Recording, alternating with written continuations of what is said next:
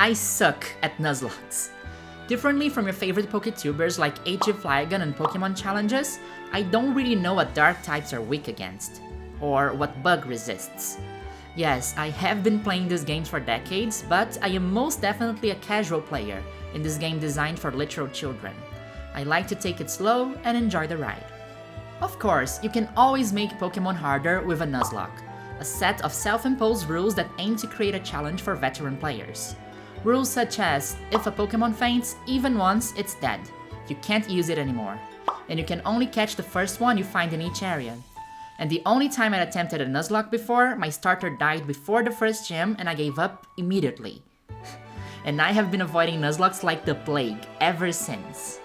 However, I recently learned about the Cute Charm glitch, and I wanted to explore it a little bit more to see how it works. And it being a glitch that happens in my favorite games, Heart Gold and Soul Silver, I thought it would be the perfect opportunity to mix together my first Cute Charm run with my first attempt at a Hardcore Nuzlocke. So I put together a few rules for what I like to call a Cute Charm Nuzlocke. Okay, just a step back. The Cute Charm glitch is a convoluted thing that basically happens when you have a very specific trainer ID and have a Pokemon with the Cute Charm ability at the top of your party. The ability will change shiny Pokemon spawn rates from 1 out of 8,192 to 1 out of 5. 20%. A super dramatic increase. And it's not really cheating, it's just an overlook by the developers over the mechanic they use for this ability, being the same one they use to spawn shinies. I created a save file and RNG manipulated the correct ID for it. You can download my save in the description if you want to try the glitch yourself. All that being said, what are the rules for my Cute Charm Nuzlocke? Well, I can only catch the first shiny that I find in each area. It's a Hardcore Nuzlocke, so no items in battle, and we play on set mode. I can't level up past the gym leader's highest leveled Pokemon. If a Pokemon faints, it is basically dead, and you can't catch the same Pokemon twice. I am a very small YouTuber and this is my first challenge video, so leaving a like and commenting will definitely help a lot in me doing other fun runs such as this. Please consider subscribing as well. I love doing content around gaming, Pokemon, and pop culture deep dives as well. And feel free to review this run in any way that you'd like. Because this glitch doesn't really work to get a shiny starter, I traded my Chikorita for a male Skitty with the ability Cute Charm, which will only be used for encounters and cannot be used in battles. This Skitty is basically not participating in a Nuzlocke, but he will force female shinies to appear. And this is how it starts. Shiny Pidgey. So that's it. I cannot catch it because I still need to go for Mr. Pokemon. But yeah, that's what we can expect from this run. I head to Mr. Pokemon's house. Elm calls me saying, "There's a disaster." I fight this guy with red hair and the cops are asking something about him. I don't care because I got my Pokeballs and we can finally get our first encounter of the run. A shiny Pidgey, who I nicknamed Surfer because I like the song Surfing Bird. We also found a shiny Sentreat, which I could not catch because, remember, 1 Pokemon per route. On the following route, we run upon a shiny Kakuna, who would soon become a Beedrill, so, you know, I name her Beyonce. But we still need a rock-hard encounter for the first gym, which comes in Bea, the Geodude, named after a friend from chat. I head to Sprout Tower for the final encounter before the gym, really hoping I could find a Ghastly in here, because they only spawn at night in this location. Well, it was a Rattata, and we name her New York City. I think it's fitting. I fight some monks or whatever, but our first shape of a team was ready. Surfer the Pidgey, Beyonce the Beedrill, New York City the Rattata, and Bea the Geodude. And then we head to the gym to face Faulkner. He talks a lot about how bird Pokemon are amazing, does a cool pose, but honestly, Bea just throws 3 rocks at their Pokemon and they all faint. That's literally how we got our first badge, and my first Hardcore Nuzlocke so far is a cakewalk. I move on to Route 32 for the next encounter, and I was really hoping not to run into a Bellsprout here. So, okay. Oh yeah, Shiny Wooper! That's so cool. That's so cool. I'm very happy, yes. I was so scared we would get a Bellsprout, but this is genuinely an amazing encounter.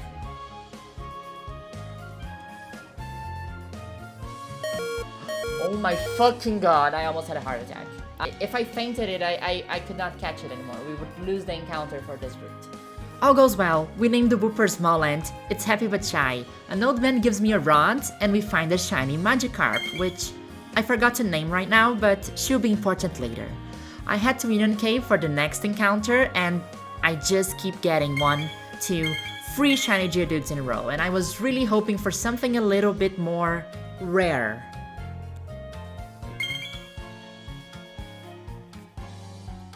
What did I say? This was 1.2% odds? Obviously, we name her Alpha Red in homage to the most famous moment in Nuzlocking history. And then have the point. What did I say, Brayden? What did I say? I take the team down Union Cave and we head to Azalea Town. On the way, I find this guy who's like vegan or something trying to protect some slowpokes that are going to be eaten and sold to fancy expensive restaurants by Team Rocket. So I decide to be a good vegetarian and go help them. I just throw rocks at the Zubats from Team Rocket until they give up. And the old men from the Animal Protection Associations come to thank me for having saved the slowpokes of the city. And I leave not without catching one for myself first. Arriving in Azalea Town, I go straight to the gym to solve some puzzles that were designed for 7-year-olds and to face Bugsy, the gym leader whose pronouns are a mystery to me. As usual, we just throw rocks at the bugs until they faint. Wow, this Hardcore Nuzlocke thing is really easy actually. I like it. Outside the gym, Silver is waiting for me, being an asshole as always, and I bring my team to the fight. Alpha Red takes care of most of his team, while Smallland comes in later to finish the Quilava. Perfect teamwork. We head afterwards to Ilex Forest, which is such vibes, right? We do more puzzles designed for 7-year-olds. This guy teaches us how to headbutt trees, and I help a weird lady get out of the forest, and I head to Goldenrod City, ready to face my childhood fear, Battle Whitney, but not without finding a shiny Drowsy on the way. We name her Zen, but yeah, let's talk about Whitney and Miltank for a minute. I always lose to Miltank, I always have. I lost to her when I was 7, when I was 17, and when I was 27. And in a normal playthrough, it's fine, you just try again. But in a Nuzlocke, the fate of my team is on the line, so I have to use all my knowledge of a grown-up who knows Pokémon to ensure that Miltank goes down quickly and swiftly. Oof, okay. Let's go! Let's do it! Whitney opens with Clefairy, and she has Metronome, which is very unpredictable. We can basically tank anything physical she throws at us, but something special could be a little bit more problematic. However, we deal with Clefairy very easily, and honestly, I was never really concerned about her. What was striking fear down my heart was about to come next. And out of the Pokeball she comes. Miltank. I mean, look at those eyes, it's the eyes of a killer, ready to attack my team. Luckily, all my Pokemon are straight girls, and Attract will not work on us. Since Whitney cannot switch, I decide to Screech to lower Miltank's defense and make her more vulnerable to our attacks. I'm an adult and I know how stats work now. What, you're stomping me for 4 HP? Aw, that's so bad, Whitney. Let me Screech you one more time. After lowering defenses twice, I thought an attack would be an easy kill. But... okay, that kinda sucks. Maybe Alpha Red was too weak? I just sent in Bea to try a different sort of attack, but we keep missing all the rock throws. Ah! And the stomps make us flinch again and again and again until our health is way too low and we need to switch. Oh my god. Okay, this is the first difficult fight I'm having. As usual with Whitney. We send in Surfer to try to gust and see if something different would happen, but... Surfer? Please kill, please kill. What the fuck? We are down to red health and Gust does nothing. I don't know what to do. Well, me neither, honey, I'm just narrating. We send in Zen to try and do something, I guess, but we get stomped down and we need to switch. We pivot to Pitta, our Slowpoke that we just caught, to try and yawn and put Miltank to sleep. Now it's Alpha Red's turn to tank a few stomps, wait for Miltank to fall asleep and then do all the damage we need. But guess what? Miltank was holding a Lumberry and immediately woke up. I honestly did not know what to do. Alpha Red was down to 5 HP, And our physical attacks are not doing anything to this Miltank who has defenses down. I just send Small Ant and do something, Small Ant. Why is Miltank so fast? Small Ant, no!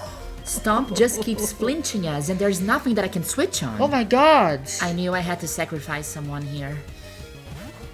I'm sorry for doing this to you. I'm so sorry. Surfer! No. That's it. We lose our first Pokemon of this run, and we switch to Bea, which is the only Pokemon that can still take a few more stomps. We can take 2 more. Bea, stop flinching! Okay, good news. This is good, because this means the PP for Stomp's finished, and then she can't flinch us anymore. Yes! We won. We won. We won. We just lost Surfer. Oh my god. What the fuck? And you know the worst part? She just has the audacity to start crying. I should be crying. You just killed Surfer, okay? And it was our first loss of the run. Hopefully the last. We leave from this fight that did not need to be this hard, I guess, but let's not think too much about it.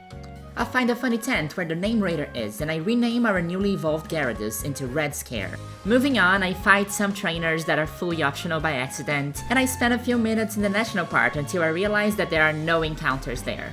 Mom, stop calling me. I'm an adult. Ooh, ignoring calls from my nice mom who just wants to buy me useful items. I really hope this is not foreshadowing of something that will happen later. Never mind, back to the game where I'm looking for a shiny Vulpix as our first fire type for the run. Please a shiny Vulpix. Normal Vulpix. No, I want a shiny one.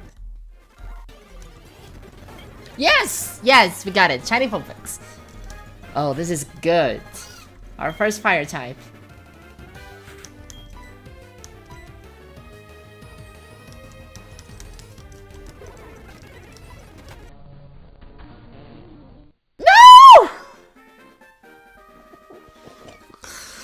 Ah!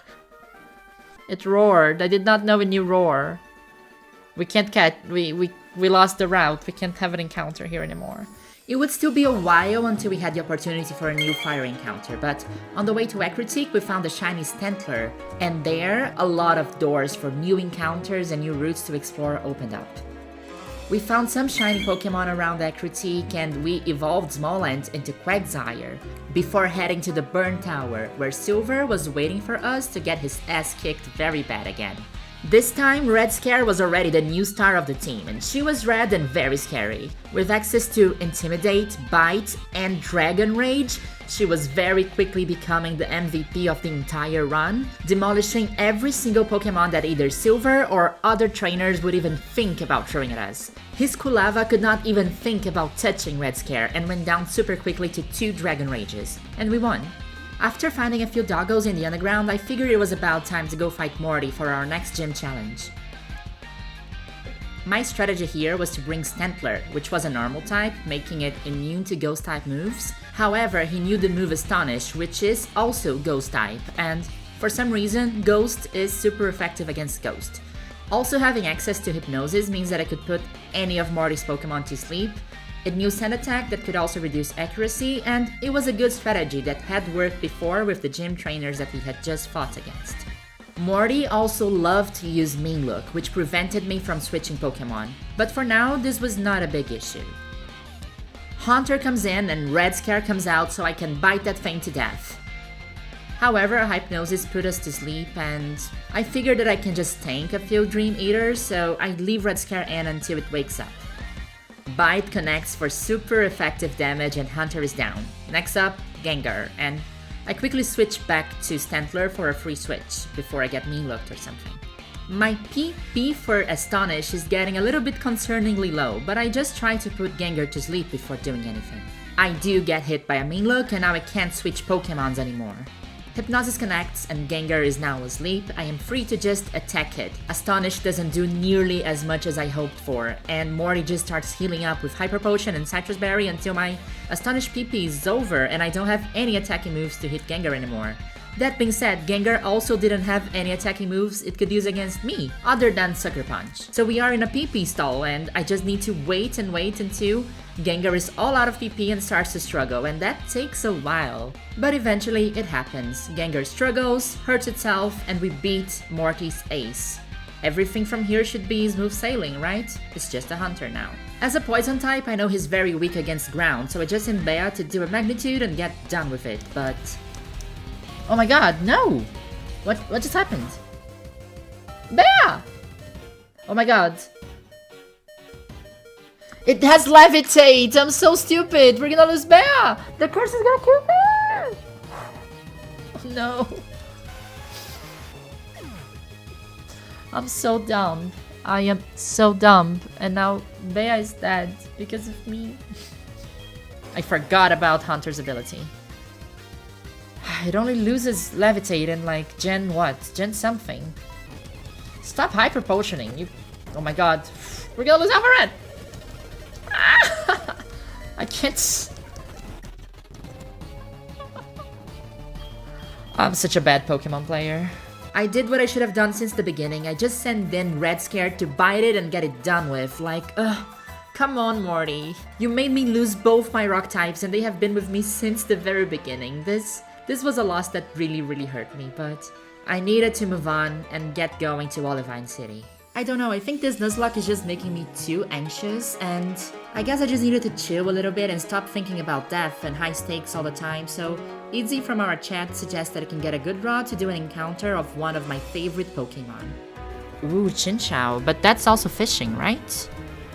I love Chinchou. Actually, Chinchou was the first shiny I ever hunted for in Pokemon X and Y. I got it in I got it by fish training. I go get myself a rod and I start fishing. Oh, the shelters keep appearing. I'm getting nervous. Oh my god! Please don't shine. I want to get Chinchou. Yes, we got it. Yes. Cool. I mean, it's not the best shiny ever, but it's a bit neon. It's like a little bit toothpaste. I kind of like it. We catch it, and that's really not any other nickname I could have given it other than toothpaste, and then we head on to Seonwood City, a calm fishing village by the sea where our next gym challenge was waiting for us. Chuck is a fighting type specialist, but he only has 2 Pokemon, so I went all out. Red Scared to intimidate Primeape and immediately switched into Zen to blitz him with our psychic attacks. Primeape was stacking up double teams and I was getting worried, so I tried to put him to sleep. I did not know that his ability, Vital Spirit, prevented him from being put asleep. It's a bit embarrassing, right? Because that seems to be happening to me quite often. Maybe I should research before battles? Whatever, even with high evasiveness, we connected a critical hit Psybeam and took Primeape down. Next up in line was his ace, Poliwrath, which chat told me loves to use Hypnosis to put people to sleep. So I decided to give him some of his own medicine. Body Slam did a lot of damage to Zen, but I decided to hit a Psybeam before switching into Red Scare. With Intimidate and being asleep, there was not much he could do against us, and 3 Dragon Rages were enough to win us the battle and the badge without much problems. And after this battle, I want to invite you to just breathe. Let's chill for a bit. Let's forget about level caps and gyms for a while. This Nuzlocke thing actually is very stressful when I want to have, you know, quality time with my Pokemon. Let's go to the Safari Zone.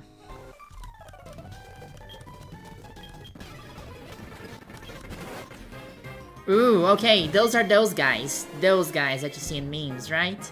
Yeah, it's basically a Pokemon sex joke, but let's go to the Safari Zone. I was really excited to see which kind of encounters I could get here, maybe to add some type coverage to our team a little bit, and this shiny Magmar was a very good surprise. It's a great pink looking shiny, and it's actually the first shiny I ever catch in the Safari Zone, with just 1 ball, which made me super happy. After this I wanted to pause and look back at our team and see where we are. We have Sleepy, the shiny Noctowl, which has been essential in putting stuff to sleep so far. We have Smolant, the Quagsire, which will still have a moment in the sun soon. We have Red Scare, the MVP Intimidate Gyarados that is basically carrying us in this run. We have my cute little toothpaste, the neon green Chinchou, and our newest pink shiny Strawberry. But I felt like there was something missing, so I decided to headbutt some trees until I found something just as pink as strawberry. We name our newest shiny Heracross she/her, because hair across. Get it? Then I remember it's Thursday and we can actually finally have our national park encounter. They hold this bug catching contest a few times a week and give prizes to the most rare bug Pokémon. I was really curious to see if a shiny would be a guaranteed win, and finding a shiny Butterfree is probably much cooler than anything those other contestants can find, right? This is a guaranteed win. Right? Yeah, I'm happy that we got our national park encounter, actually. Is the winner the shiny Pokemon? Let's see. What? Ah, come on. This is ridiculous. 260 points for my shiny Butterfree. I lost to a Paras. I lost to a freaking Paras. Fuck you, William. What? Yeah, good. Congratulations, Zed. Who cares about your pincer? We finally make our way to Mahogany Town and our team is in the best shape it has ever been. I look at this weird tree with a hat on it. Is it Christmas? And then make my way to the Lake of Rage, but not without an encounter first. I was kind of hoping for a Girafarig here, but Fluffy is actually a super nice encounter, and we nickname her Wool. We make our way to the Lake of Rage and we find Red Scare's sister. Actually, I was waiting for this to be the joke that this is the only male shiny we found in the entire run, but this Gyarados is also a girl, so no joke here. I decide to just run away from the red Gyarados because I thought it would be funny, and I mean, no dupes, right? We then meet Lance, which we are gonna meet again very soon, and then we start the Team Rocket session of the game. And actually, I'm just gonna summarize it because it was super boring and every single battle was exactly the same. I would send in Red Scare, we would surf, the Pokemon would die, the end. Even for the boss battles, Lance would just bring in his level 40 Dragonite against level 20 Pokemon. All you need to know now is that Wool evolved into Ampharos and we beat Team Rocket, and that's it. Let's move on. We went to the 6th gym with Wool leading our team. Price is the Ice-type gym leader. And although Strawberry would be a natural counter to Ice, she was actually weak to the dual typings of Price's team, which is Water and Ground. So I decided to go with Electricity. Wool arrived in the battle perfectly, just giving out a critical hit and one-shotting the seal. After that, Price would send in Pillowswine, and we switched in she/her. Pillowswine set up Hail, and that made me a little bit worried for Blizzard, but I decided to go for the attack. Brick Break did just enough damage to activate Citrus Berry and not make Price full heal. We took a Blizzard which did not do anything to she/her, she could do this all day. And another Brick Break just sent Pillowswine flying away. Price's last Pokemon was Dewgong that we countered very easily. We just sent in Wool and 2 Thunder Punches were more than enough to just get us the battle and the badge. Since the level cap difference between Price and Jasmine is just 1 level, I decided to do a boss rush and went straight for her gym. Our main counter for Steel was Smoland. And what a performance, really. It was just Mud Bomb after Mud Bomb after Mud Bomb, and it was hitting Magnemite for 4 times super effective damage. There was absolutely nothing that Jasmine could do to touch our girl in this one. We Mud Bombed Steelix into oblivion, and we finished this battle without Smoland taking a single damage. Not 1 HP. I mean, look at that Magnemite. What can he do against this beast? Absolutely nothing. Since we are in a winning streak, the next thing on my list is go to the radio tower and defeat Team Rocket. I actually totally forgot about the section where you change into a Team Rocket outfit, and I find it super cute. I would love to be able to actually wear that throughout the game. Look at my character, like... But then, when we try to go into radio tower, Silver shows up and completely blows our cover. You know, like a dick. I mean, can I even say that on YouTube? Sorry. I mean, he blows our cover and we need to fight our way to the top. I'm also gonna summarize most of the battles that happen here as Red Scare goes in, surfs, the Rattata faints, the end. There was actually this Silver battle that I was completely not expecting and I was not properly healed for, but at this point, who can even stop us? Golbat goes down, Magnemite goes down, Hunter goes also down, and Sneasel comes in. So I switch in Strawberry. What the fuck?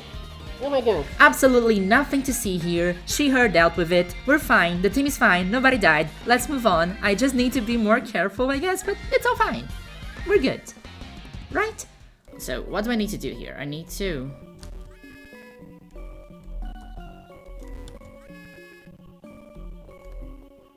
I need to have a path there, right? Oh, this is it. Is this it? Oh, no way. There's no way it's this easy. I didn't battle anybody. This was much harder when I was 7. After finding out that my puzzle skills greatly improved in the past 20 years, I head for the final battle against Archer. But seriously? Can he do anything against Red Scare at this point? I don't think so. I will just surf. Next up in line is Houndoom, and that was a little bit more scary. Houndoom is super fast, and we started getting flinches and I started getting Whitney flashbacks. Surf does a lot, but Houndoom resists, and I decide to do a safety switch into she/her. We tank his bite very well, but a Fire Fang was actually very scary, and I need to pay more attention to this. The Brick Break takes Houndoom down, we beat Archer, and we finish up with Team Rocket. It's time to prepare for the final gym of the game. There are 2 types of encounters we could have had in the Ice Path, a good one and a bad one. Luckily, Swinoob was the good one. We catch her, name her Piggy, and help a weird lady find a way out of the cave. Arriving in Blackthorn Town, we immediately evolve Piggy into a Pillow Swine, and we are ready for our battle with Claire. I mean, I wouldn't say ready, because I was super nervous about it. But our team was prepared, and I was good to face the Dragon Tamer. I knew she was opening up with Gyarados, so I prepared Wool to go on for a 4-time super effective discharge. We took the Dragon Rage super well, and Gyarados went down with our first discharge. Not really a Red Scare, is it? Claire sends in Dragonair, and we take her Dragon Pulse super well. I tried to paralyze it, but it had Shed Skin, another ability that I did not know of, and it cured her paralysis straight away. So I switched into Red Scare, and now we got paralyzed. We took the Dragon Pulse super well, and I tried to go for an Ice Fang, which barely got us the kill. This is when Claire healed, and a bite and an Ice Fang was more than enough to take down Dragonair. However, Red Scare was kind of mid-health and paralyzed, so I felt this was the time to switch into she/her. I really wanted to close combat Dragonair here, but I was scared of lowering she/her's defenses, but I went for it either way. And down went Dragonair in 1 hit from she/her. Look at me celebrating in the top right, such a nerd, right? Kingdra was Claire's ace, and I had nothing that could hit her for super effective damage. So I sent in Smoland, because at least she can resist whatever Kingdra throws at us, right? And I was also hoping that a Stab Earthquake could do some good damage for us.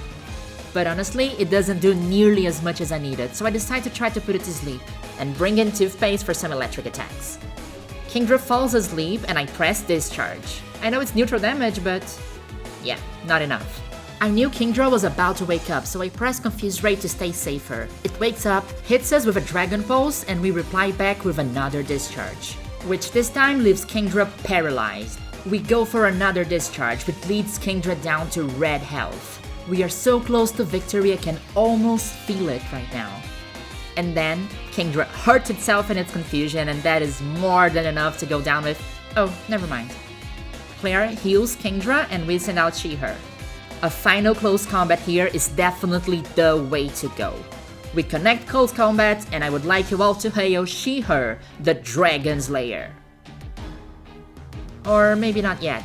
I get very lucky because Kingdra gets fully paralyzed. Any attack from her would have killed she/her on the spot. But she/her did not die. We go for our final close combat to defeat Kingdra and get our final gym badge of Johto.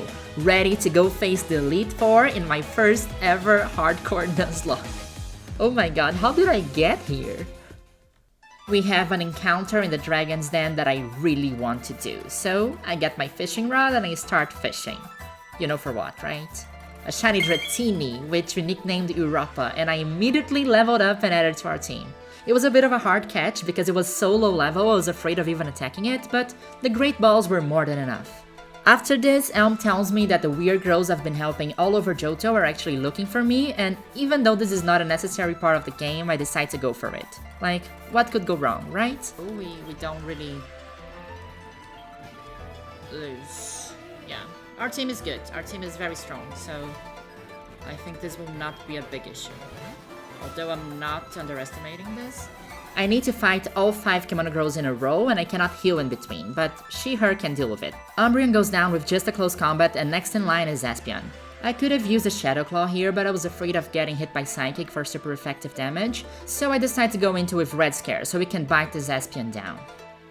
We get hit by Psychic, but it doesn't do a lot. Best, but not the worst. Oh!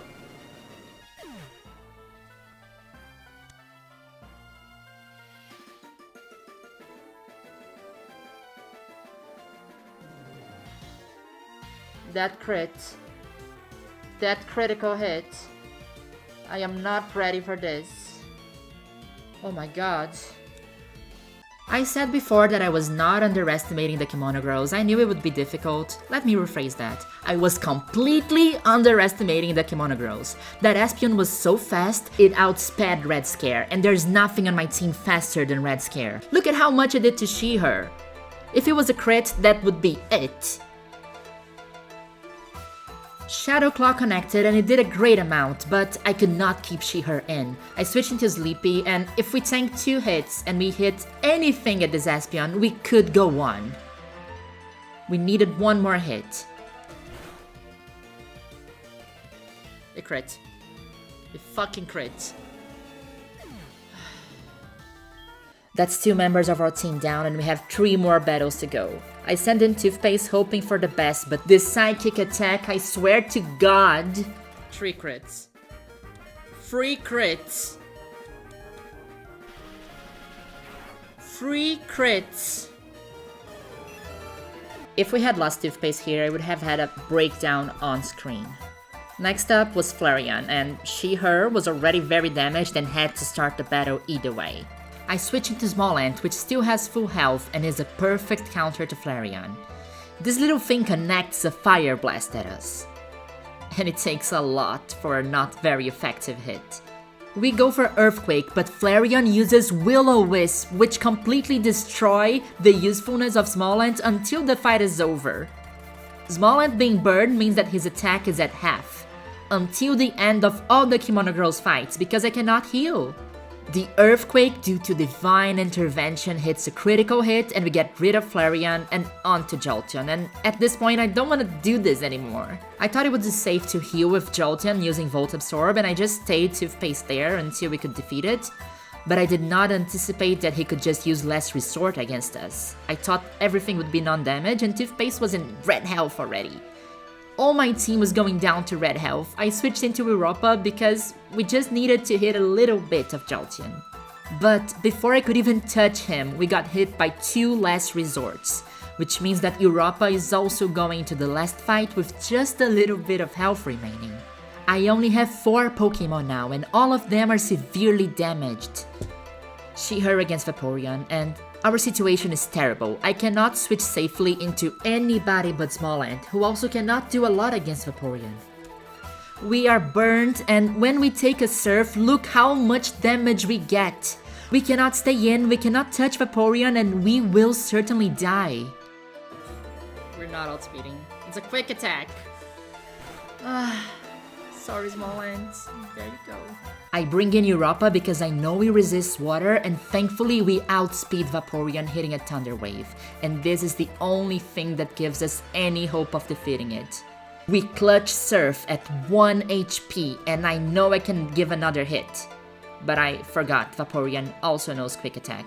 It just defeated us using Quick Attack, and I forgot, and Europa dies. I only have Toothpaste and she/her left, and a super effective move, 1 hit KO in this Vaporeon is everything I need to stay in the game. It does less than half. We get hit by Surf, and Toothpaste goes down. It breaks my heart so deeply. It's just she/her, and close combat. If it manages to defeat Vaporeon, we stay in the game, we survive. If not, this might just be the end for us. Vaporeon goes down. We beat the Kimono Girls, yes, but at what cost? I am completely discombobulated. What just happened here? We were doing so well, preparing ourselves to go fight the Elite Four, and all of a sudden I almost lost my entire team. How do I recover? The Q-Charm Nuzlocke rules state that I must use only shiny Pokémon in my team. But they don't state that they must be caught using the Q-Charm glitch. There are a few genderless Pokémon that are immune to the glitch, like Magnemites, Nidorans, and the Guardian of the Sea. And their help would be vital if I were to defeat the Elite Four. Before I even thought about doing this hunt for fun, for content, but now it was a necessity. If I wanted to have any chance of beating this Nuzlocke, I needed the help of Lugia. To finish the first Hardcore Nuzlocke of my life, I also needed to do the first full odds shiny hunt of my life. In Gen 4, with 1 out of 8,192 odds, I needed to find shiny Lugia. Could I maybe get it in my first encounter? Of course not. This was the beginning of a lot, and a lot, and a lot of soft resets.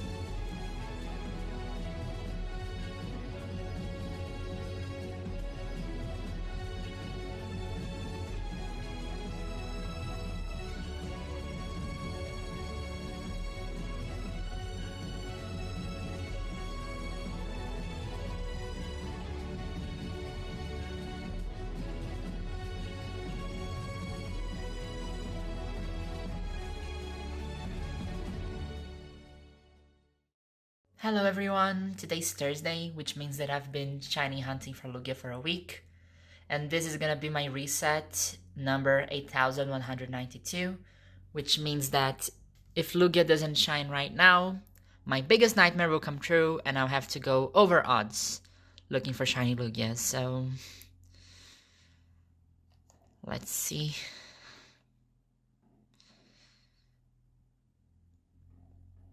Yep. Absolutely nothing. I really want to finish this Nuzlocke. This is not being fun for my first full odds hunt, so I really hope this thing shows up soon. And after 8 days, thank fucking God, I am a bit shaking. I am at about 11,000 resets. I will put the exact number down here. Thank God. I've been doing this for 8 days and I've been going a bit crazy. I have 8 tabs open. I am doing this like... here it is. Shiny Lugia! Finally I can go on. I was worried I would lose my Saturday for this.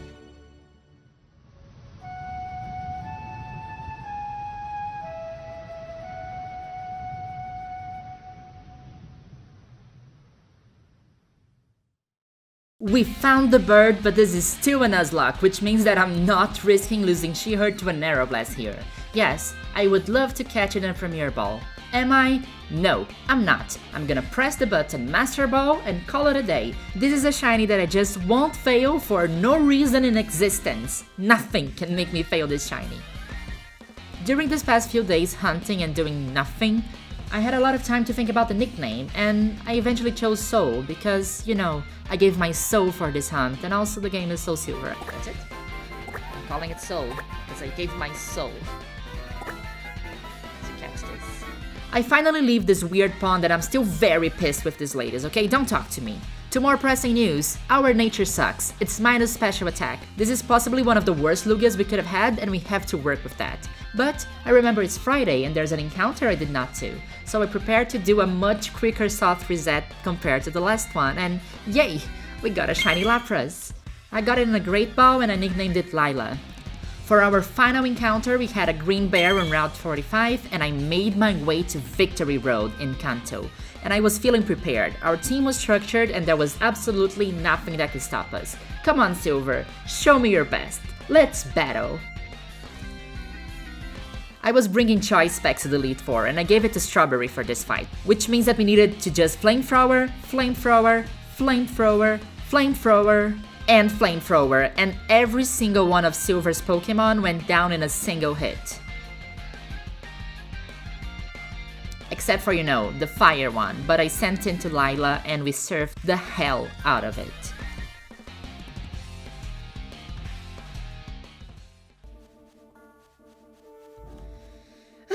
Let's go. While shiny hunting for Soul, I actually did some research on the Elite Four and watched other people's run of it.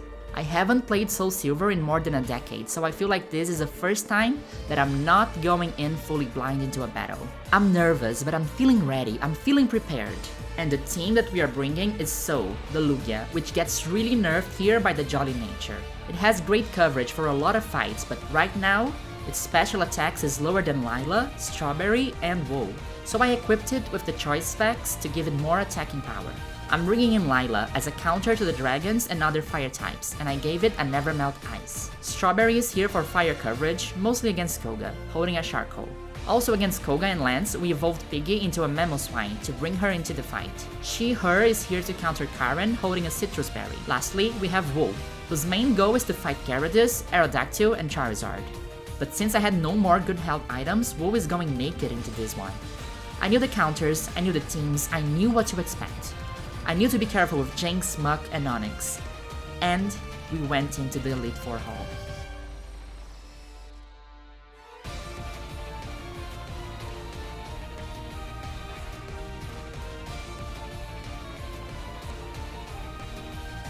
Will opens up with Xatu. We bring Soul.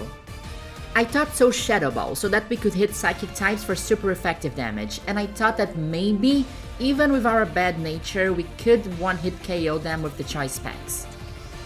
It was so close. If we had a neutral nature, we would have defeated it. We take a super effective U-turn, but so is a boss, and does nothing to us. Jinx is next, and I'm a little bit scared of Ice Stab, but since we are locked into choice specs, I try to use a Shadow Ball, which does not do as much as we needed, but missing a Lovely Kiss means that we can take Jinx down without taking any damage.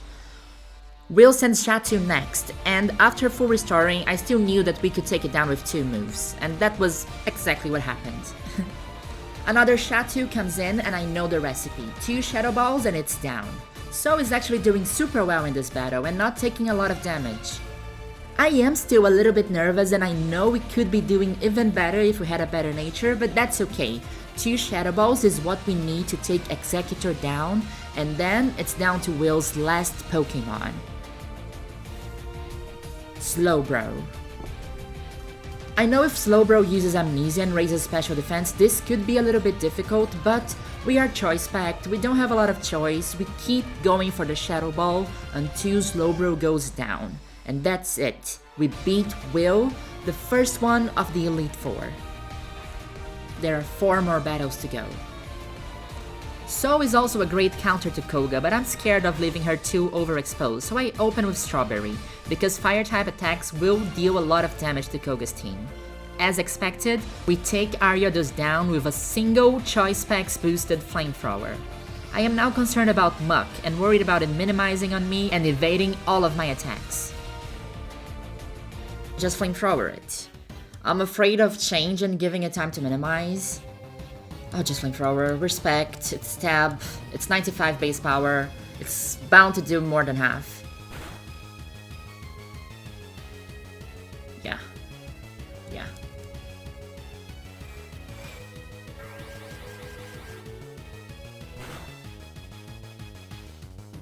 Oh my god. Oh my god! This was not even super effective. Yeah, I was counting on Strawberry for Fortress. I should have switched. Ugh.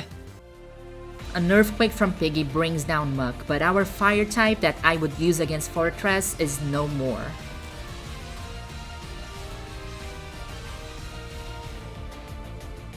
As expected, Fortress comes up next, and I wanted to see how much an Earthquake from Piggy would do to it.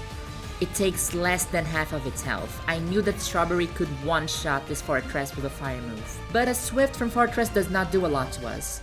Then it starts protecting and I'm like, is this thing stalling us? It's stalling it. Is this thing stalling out my Earthquakes?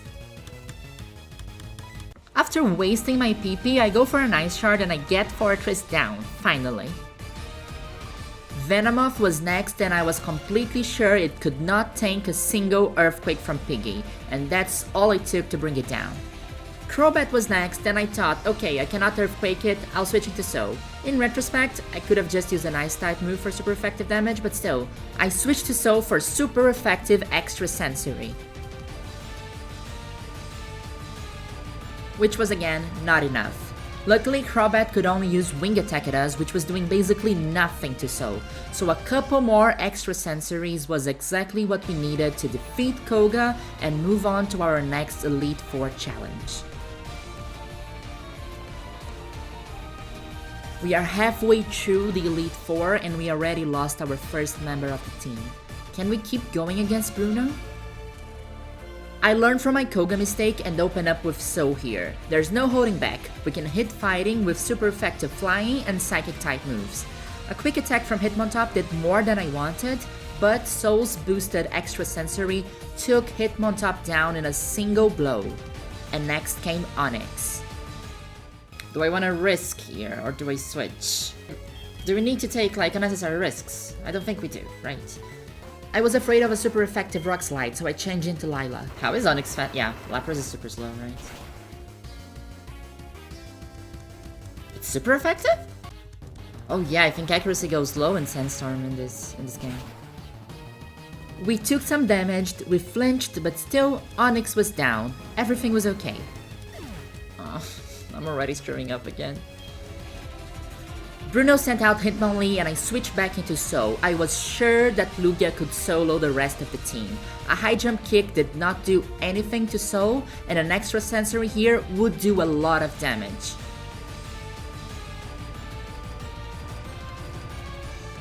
Hitmonlee was down with a single blow from So, and I had no intentions of switching Pokemon anytime soon. Hitmonchan was next, and because we took down Hitmonlee with just one move, there's no reason why we can't do the same for Hitmonchan. It took an extra sensory and it went down straight away. The final Pokemon in Bruno's team is Machamp, which knows Rock Slide, which is a little bit scary for So, but still, we went in for the Choice Specs boosted extra sensory. If So had any other nature, this Machamp would have been down. Bruno starts healing up and the battle is not finished yet. Machamp connected for super effective Rock Slide and it took quite a bit of damage of So. A flinch here would have been terrible, but that didn't happen. So went for extra sensory and we defeated Bruno. Karen was actually the battle that I was the most concerned for. Our only counter to Dark is she/her, and using close combat a lot will leave our defenses very exposed, but it was our only choice. I started having Kimono Girls flashback, but I knew that if we took down an Umbreon before, we can take down this Umbreon with one close combat. This is not the Pokemon I was the most worried about. The Pokemons that Karen would send next are the ones that can get me in deep trouble. Luckily, Murkrow was next, and Wool was a perfect counter to it. Pluck did basically nothing to Wool, but Murkrow followed it up with a critical hit Feint attack, which put our health down in a very dangerous area. But we were ready to press discharge and we were ready to take that bird out of the sky.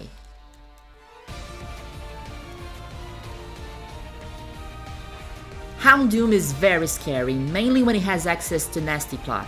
If I give this thing room to set up, it can basically sweep my entire team and the game would be over.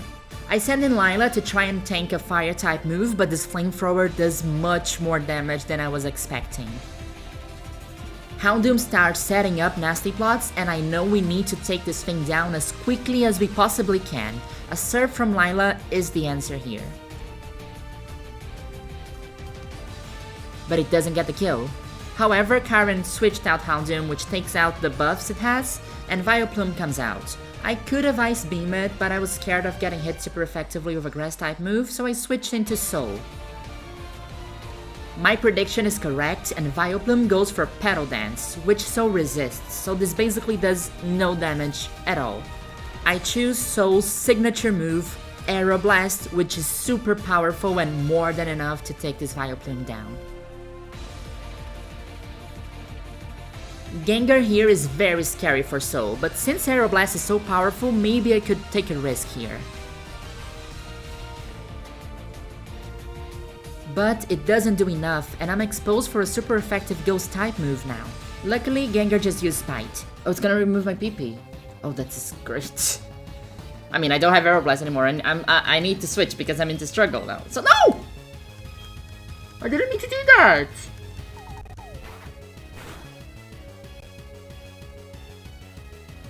I misclicked! No, this doesn't count. Misclicking into struggle into my final Elite Four battle and then getting hit with a ghost move? Great content! We are now paralyzed, locked into struggle, and out of there. I immediately send out She-Her as Karen's full restores, so we can use the Shadow Claw against Gengar.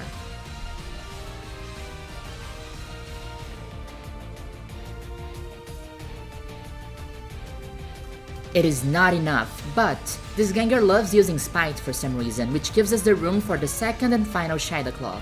Now it's just Houndoom, which we can hit with a super effective close combat, but the fire type moves are very scary for She-Her. We need to outspeed it. I don't outspeed. Okay, She-Her, please. Please, please, please. I cannot have you dying right now.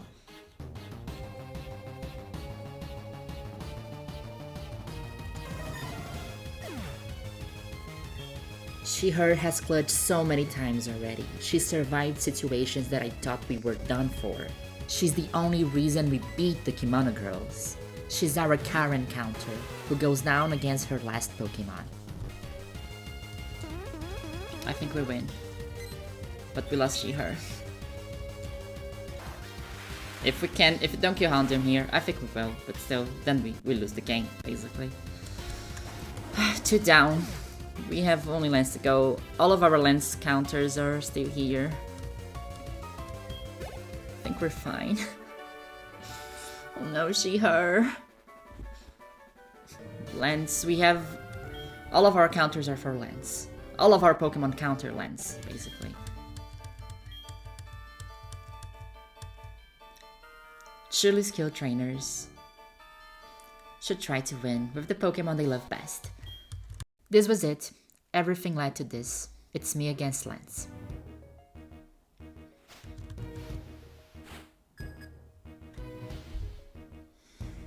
Let's fucking go!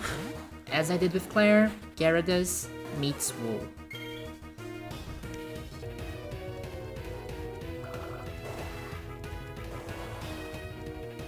If we had the choice Scarf, would have been much better. Having the choice Scarf would mean that all of my Pokemon could outspeed Lance and attack first. It's an item your mom gets as a present, and I only got the choice Specs, not the choice Scarf.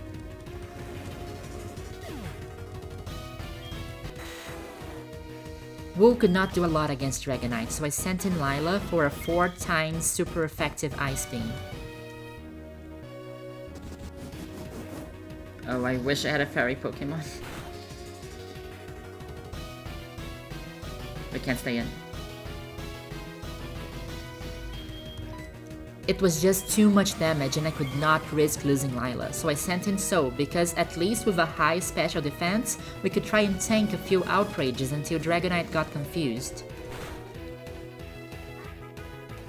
Oh my god.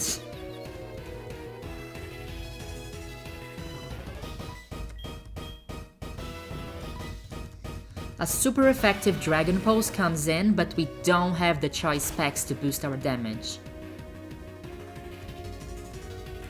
Hurt itself, please hurt itself.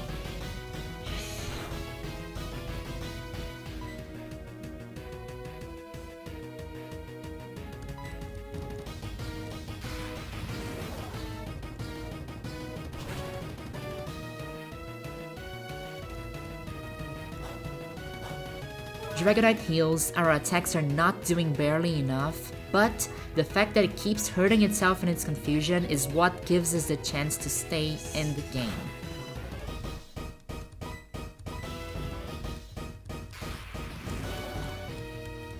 Another Dragon Pulse takes down the first Dragonite. Okay, hopefully we get Charizard or Dactyl now, because I think So would be a better response to them. Yeah. I think So, if we have something that is faster than Aerodactyl with Soul, right? Right at Surf. Oh, that thing's so fast.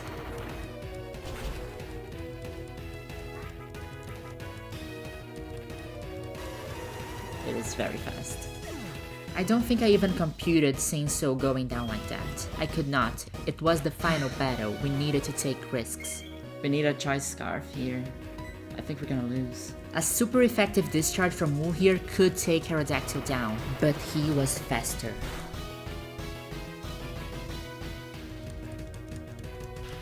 Please, Wool, take it out.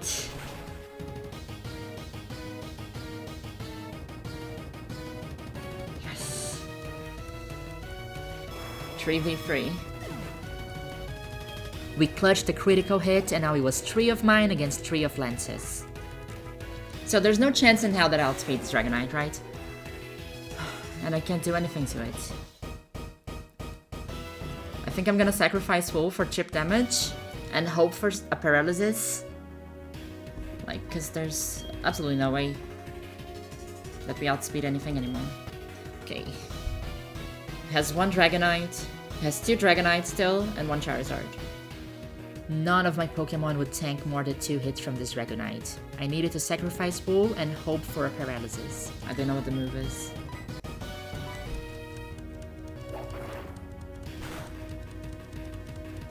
Paralysis?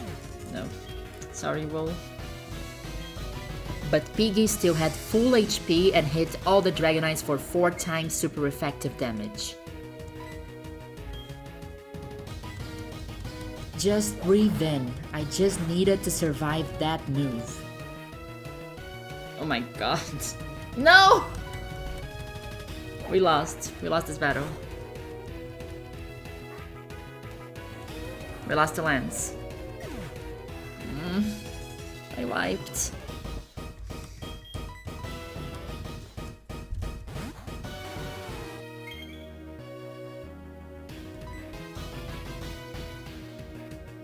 It connected a fucking thunder, like.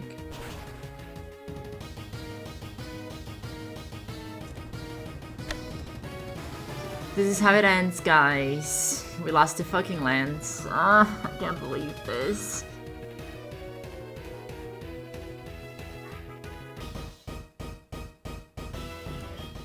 I am disappointed. Actually, I really thought the team was good. I thought we had a chance to win this. I think we did. Like, there is definitely another situation here in which I win. But what can I say? I suck at Nuzlockes, I guess. But yeah, I'm sad. I thought we had a chance. I was actually like looking forward, continuing with Kanto afterwards. I was even like considering resetting for Shiny Suicune, but yeah, I think this is where the run ends. I mean, I could try to put another team together in the boxes, but like, what's the point, right? I think that at the end, I'm gonna blame on probably bad choices that I don't know which one were. I can point out a few bad choices that I made, but at the end, I think I just did my best. I thought I was well prepared. Like I searched for it. I brought replies, but these Dragonites were just too fast. Yeah, that's. I think that being a hardcore Nuzlocke with, if I had items, I definitely would have won this for sure. And maybe the downgrade of the rare candies that I chose to use, while it was nicer and I didn't grind and stuff, I do think the fort values really. Yeah, I needed some IVs to fight Lance, and I didn't have them. So yes, thanks for watching, everybody. Yeah, maybe I'll try again in the future. Who knows? As I said, I suck at Nuzlockes. Okay, I just stopped the stream when my mom called me. Let's see what she bought me. Let's see what she bought me. It's a hyper potion. I mean, okay, fine. It's okay, Mom. If it was a choice scarf, I would have I would have stopped giving you money, for sure. There was another item. It was a choice scarf. The choice scarf that would have probably made us beat Lance with 4 ice beams in a row by... I hate this game! I mean, I had to go back just one more time, right? I took the dead team out of the box, equipped the choice scarf, and faced the Elite Four once again. A little bit overleveled, but that's not the point. I wanted to prove that we could win.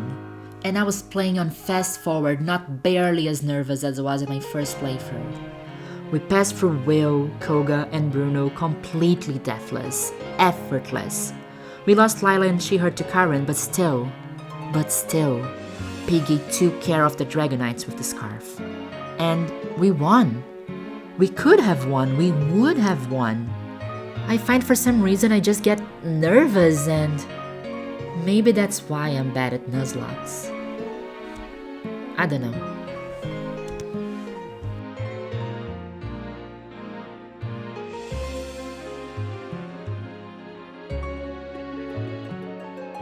This is bittersweet, actually. I am